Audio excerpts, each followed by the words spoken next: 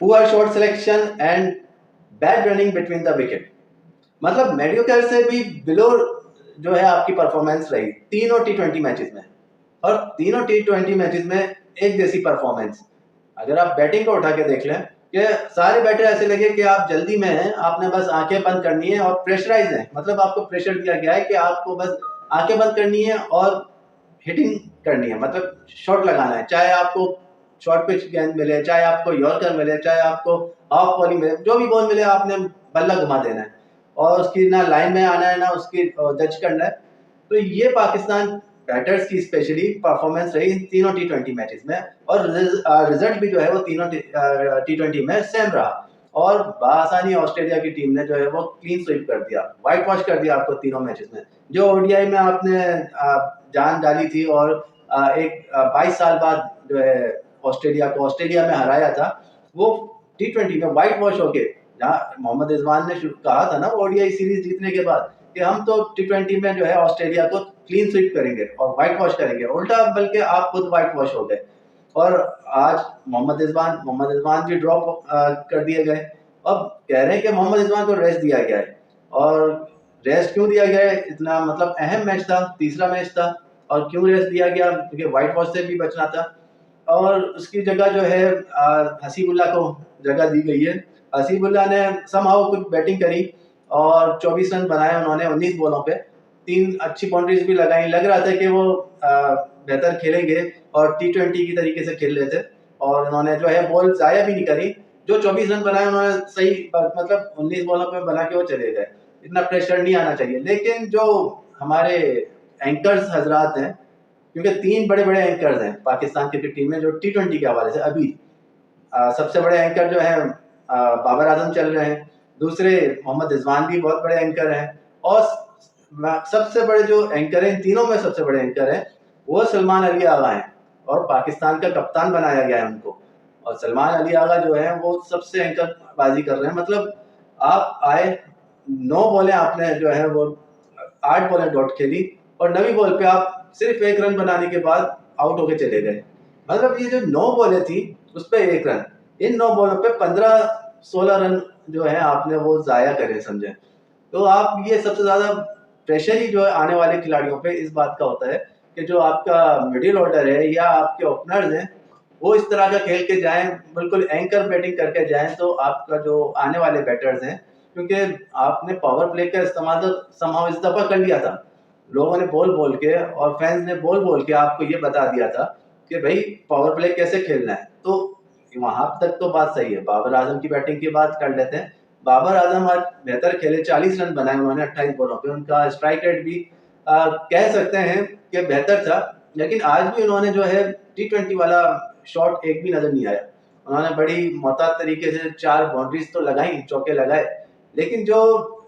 उनकी inning required है इतने अरसे से, उस तरीके से उन्होंने खेला नहीं, और समहाउ वो अपनी 40 रन बना के तो चले गए, लेकिन टीम को वो हमेशा जो है बीच में छोड़ जाते हैं, और आने वाले प्लेयर्स के लिए प्रेशर बन जाता है, और वो विकेटें गिरती की गिरती चली जाती हैं, और आपका स्ट्राइक रेट, रन रेट सब कुछ रुक जाता है। और यही आज भी हुआ। जो ऑस्ट्रेलिया की ये BCDE टीम है, मतलब जो असल प्लेयर्स हैं ऑस्ट्रेलिया के और टी20 स्पेशलिस्ट है, वो तो इसमें है ही नहीं। स्पेशली अगर बॉलिंग को देखा जाए, बॉलिंग में तो कोई भी नहीं है, पैट कमिंस नहीं है, मिचेल स्टार्क नहीं है, अहम बॉलर आपके नहीं है। और जो नए नए बॉलर्स हैं बेचारे,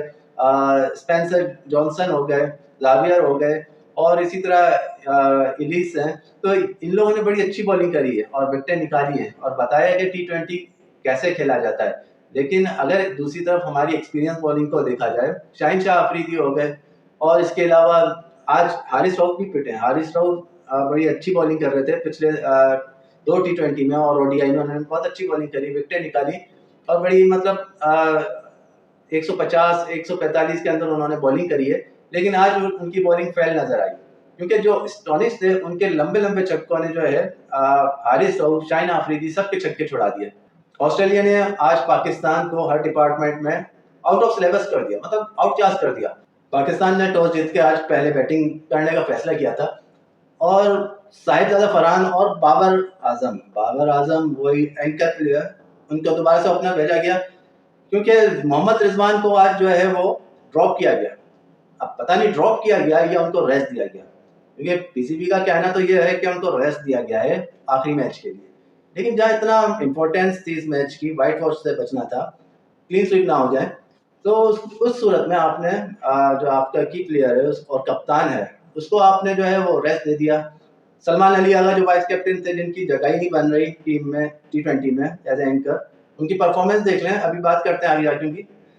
उनको आपने कैप्टन बना दिया। तो वाइस कैप्टन कैप्टन बनने के बाद उनकी परफॉर्मेंस में कोई फर्क नहीं पड़ा, वही उसी तरीके से उन्होंने खेला। साइम अयूब अभी तक लापता है और वो मिसिंग पर्सन है कि पता नहीं चल रहा कहाँ चले गए, क्योंकि जो ओडीआई में उन्होंने परफॉर्मेंस दी थी तीनों मैचेस में अच्छी परफॉर्मेंस रही थी उनकी, अच्छी ओपन स्टैंड था अब्दुल्ला शफीक के साथ मिलके। लेकिन साइम अयूब का जो वो स्पेशलिटी थी T20 के हवाले से, और उन्हीं को ड्रॉप कर देना तीनों मैचेस में, और उनकी जगह सलमान अली आगा खान को खिलाना, उनकी जगह बाबर आजम को खिलाना, रिजवान को खिलाना। मतलब आप इसीलिए नहीं खिला रहे कि इतने सारे ओपनर हैं, क्योंकि आज जो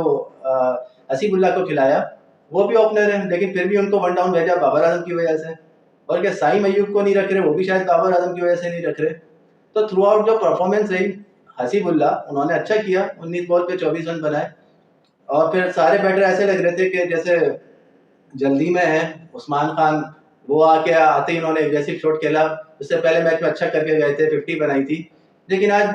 आते ही उन्होंने एक ऐसा शॉट खेला और बाउंड्री पे कैच आउट हो गए, और उन्होंने सिर्फ 4 बॉलें खेल के 3 रन बनाए। इसी तरह जो है वो सलमान अली आगा हैं, सलमान अली आगा आए, उन्होंने 9 बॉलें ज़ाया करके और 1 रन बनाया, तो सारी प्रेशर तो यहीं से बिल्ड होना शुरू हो गया। इसके बाद जादाद खान आए, जादाद खान का डेब्यू था आज, उनको शाहीन आफरीदी ने कैप पहनाई थी, और जादाद खान ने बॉलिंग में बड़ी अच्छी बॉलिंग रही उनकी, और बेहतरीन बॉलिंग करी, इकोनॉमिकल रहे, 1 विकेट भी रही, 3 ओवर में 17 रन देके उन्होंने 1 विकेट निकाली। इसके अलावा बैटिंग में अपने वो जोहर दिखा नहीं सके, और जादाद खान बैटिंग में जो है वो जल्दी आउट हो गए, सिर्फ 5 रन बना सके डेब्यू पे। और इस तरह से रनिंग बिटवीन द विकेट भी आज दोबारा बुरी तरह एक्सपोज हुई पाकिस्तान की, जब इरफान खान न्याजी जो है वो रन आउट हुए। एक जो आपका फॉर्म में प्लेयर हो, जो एक मैच पहले अच्छी फॉर्म दे चुका हो, अच्छी बैटिंग कर लास्ट मैच में की थी, और वो उसका इस तरह से रन आउट हो जाना, ये बहुत बड़ा आपके ड्रॉबैक होता है। तो जो रनिंग बिटवीन द विकेट है वो बड़ी नाकस थी। इसी तरह फील्डिंग भी पाकिस्तान की बुरी रही, बैटिंग बॉलिंग तो दोनों बुरी रही, और साथ में fielding running between the wicket, मतलब एक टीम कॉम्बिनेशन पाकिस्तान की तरफ से नजर नहीं आया। ऑस्ट्रेलिया की बॉलिंग की बात करें तो उसके यंग बॉलर्स थे और इतने एक्सपीरियंस बॉलर नहीं थे पाकिस्तान के सामने, लेकिन लाजवाब कमाल बॉलिंग कराई। स्पेंसर जॉनसन जो मैन ऑफ द सीरीज है T20 सीरीज के, उन्होंने बेहतरीन, आज भी बड़ी बेहतरीन बॉलिंग करी और उन्होंने 3 विकेटें निकाली। इसके अलावा एरॉन हार्डी पहली बार अच्छा बॉलिंग में चले, और उसके अलावा एडम जंपा, दोनों ने 2-2 विकेटें निकाली। एडम जंपा तो ऐसा लगता है बाबर आजम के लिए जो है लेके आते हैं, वैसे कोई इतना खास नहीं करते, लेकिन बाबर आजम को जरूर आउट कर लेते हैं। और इस दफा भी यही हुआ, बाबर आजम निकल के आंखें बंद करके उनको शॉट लगाने आए, और जो बॉल थी वो फ्लाइट करी और यॉर्क बनी और वो बोल्ड हो गए। तो बाबर आजम की जहाँ तक बात है, बाबर आजम अभी तक T20 में अपने आप को उस तरीके से एडजस्ट नहीं कर पाए जिसपे फैंस कह सकें कि ये T20 के स्पेशलिस्ट हैं। ओडीआई में चले बेहतर कर लेंगे या कर लेते हैं, ओडीआई की हद तक चाहिए, लेकिन T20 में उनको नहीं होना चाहिए, वो एज एंकर खेल लें। और बाबर आजम की जहाँ तक बात की जाए, जो सेकंड T20 में उनके साथ वाकया पेश आया, एक जो सो कॉल्ड फैंस की तरफ से उनको जो है बाउंड्री लाइन पे फील्डिंग कर रहे थे, वहाँ से जो घटिया किस्म की और बेहुदा किस्म की जो आवाज़ें कसी गई,